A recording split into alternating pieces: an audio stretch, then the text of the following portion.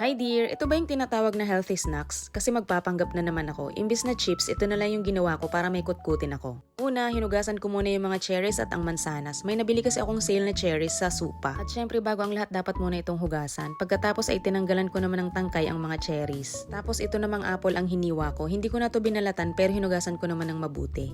Pagkatapos naman ay kinat ko ito into cubes na parang ganito lang kaliliit. Sa kulay pa lang nito parang gusto ko na talaga agad papakin. Tapos meron din akong biniling almonds. Gusto ko rin samahan to ng almonds, favorite ko kasi to, kahit yung ganitong plain lang at walang halong kemikal. At dahil gusto ko ng spicy, nilagyan ko rin to ng isang pirasong sili. Tapos ay nagbudbud rin ako nito ng konting asin para may lasa. Tinakpan yung Tupperware at inalog-alog. Dati naalala ko nung bata ko yung inaalog-alog ko lang ay yung bignay, yung duhat o kaya yung baligang sa amin. And charan! Eto na yung ating healthy snacks na pwede nang papakin. Ang sarap na, healthy pa. Buti na lang may nabili akong cherries na mura sa supermarket kanina. Sa tagal ko dito sa Japan, parang ngayon lang ako bumili ng maraming cherries. Eto na dear, papakin na natin to. Hindi ko na talaga tinigilan. Ginawa ko to bago ako mag-dinner at naubos ko talaga. Ang sarap. Try mo na rin dear. Samahan mo na ako magpanggap. Thank you for watching.